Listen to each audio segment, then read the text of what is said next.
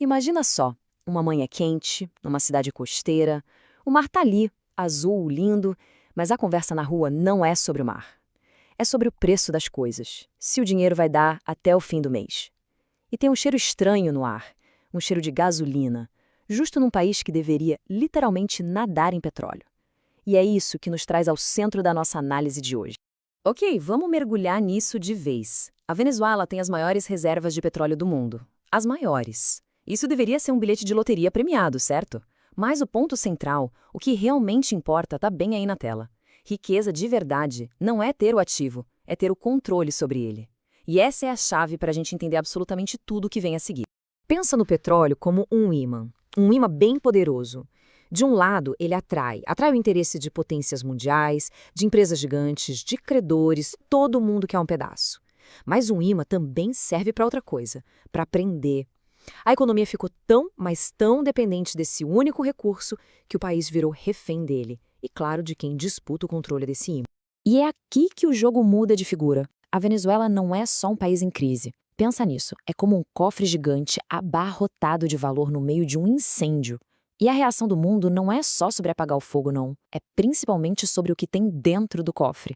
E ao redor desse cofre, em chamas, a gente vê basicamente três tipos de atores. Primeiro tem aqueles que querem arrombar o cofre e pegar o que está dentro. Depois tem os que querem proteger o cofre para manter seus próprios interesses a salvo. E por fim, tem aqueles mais discretos, que estão ali na moita tentando comprar a chave. Isso transforma uma questão que parece política numa disputa econômica e de altíssimo risco. E como essa disputa funciona na prática? É simples, é como na nossa vida. Se o nosso salário atrasa, o aluguel e as contas não esperam. Agora, imagina isso na escala de um país inteiro. Quem consegue controlar o fluxo de dinheiro que entra, controla o oxigênio de toda a economia. É um poder imenso. Para exercer esse controle, existem mecanismos específicos, quase como alavancas, que são usadas para influenciar a situação toda. Vamos dar uma olhada nas 5 principais forças econômicas que hoje estão moldando o destino do petróleo venezuelano. São estas aqui, as 5 alavancas do controle. A primeira é a infraestrutura e a química, um detalhe técnico, mas com um poder gigante. A segunda, sanções e licenças, que criam um verdadeiro labirinto burocrático. A terceira são as trading houses oportunistas, que vivem de operar nas brechas do sistema. A quarta é a dívida e a influência externa, que funciona como uma corda no pescoço. E por fim, o fator climático, uma força mais nova, mas que está ganhando cada vez mais peso.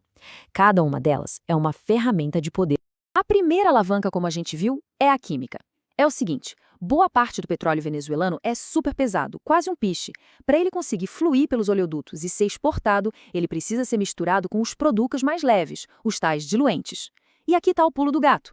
Um detalhe super técnico vira uma alavanca geopolítica. Se você controla o acesso a esses diluentes, você basicamente estrangula a capacidade do país de exportar. Simples assim. Aí vem as sanções. Elas não são um bloqueio total, um muro. É mais como um labirinto. As empresas precisam de licenças especiais, como as do OFAC, o órgão americano, e ainda podem enfrentar tarifas pesadas. O resultado? O petróleo até consegue sair do país, ele é vendido, mas o dinheiro pode ficar preso lá fora, em contas controladas. O prêmio, no fim das contas, não é o petróleo em si, mas quem controla o fluxo de caixa. E claro, tem a dívida. Durante anos, países como a China fizeram empréstimos gigantescos, muitas vezes com o pagamento atrelado a barris de petróleo.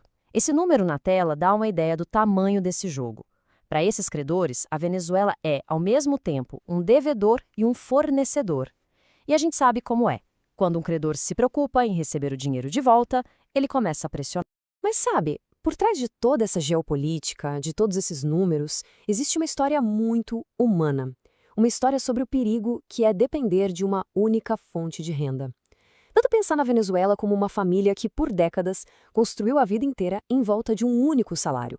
Um salário imenso, mas um. E quando tudo, absolutamente tudo, depende daquela única torneira de dinheiro, o dia que ela falha, não é só um problema de orçamento. A família não perde só o salário, ela perde o chão. E por trás de toda a geopolítica, de todos os discursos, de todas as ideologias, o que realmente move as peças nesse tabuleiro é uma única coisa: interesse econômico. No final, toda essa complexidade pode ser resumida a essa pergunta que está aí. Mandar na torneira significa controlar a saída do petróleo. E mandar no cofre significa decidir para onde o dinheiro dessa venda vai. Essa é a disputa final. É pelo poder real.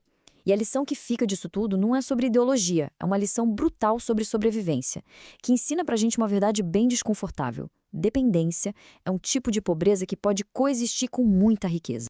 E o que é fascinante é que essa lição de sobrevivência vale tanto para um país quanto para a nossa casa. Para uma nação, a saída é diversificar a economia, ter regras do jogo claras e estáveis, e para uma família, a lógica é exatamente a mesma: não depender de um só salário, criar uma reserva de emergência, manter os custos fixos sob controle. A armadilha da dependência, ela é universal. Porque, no fim das contas, a grande lição que a Venezuela nos oferece é que ter algo muito valioso não garante segurança nenhuma. Riqueza sem autonomia, sem controle sobre o próprio destino, é uma coisa frágil. É como diz a frase aí na tela, é um castelo em areia molhada. Ele parece sólido, imponente, mas só até a maré subir. E a maré, seja ela econômica, política ou pessoal, ela sempre sobe.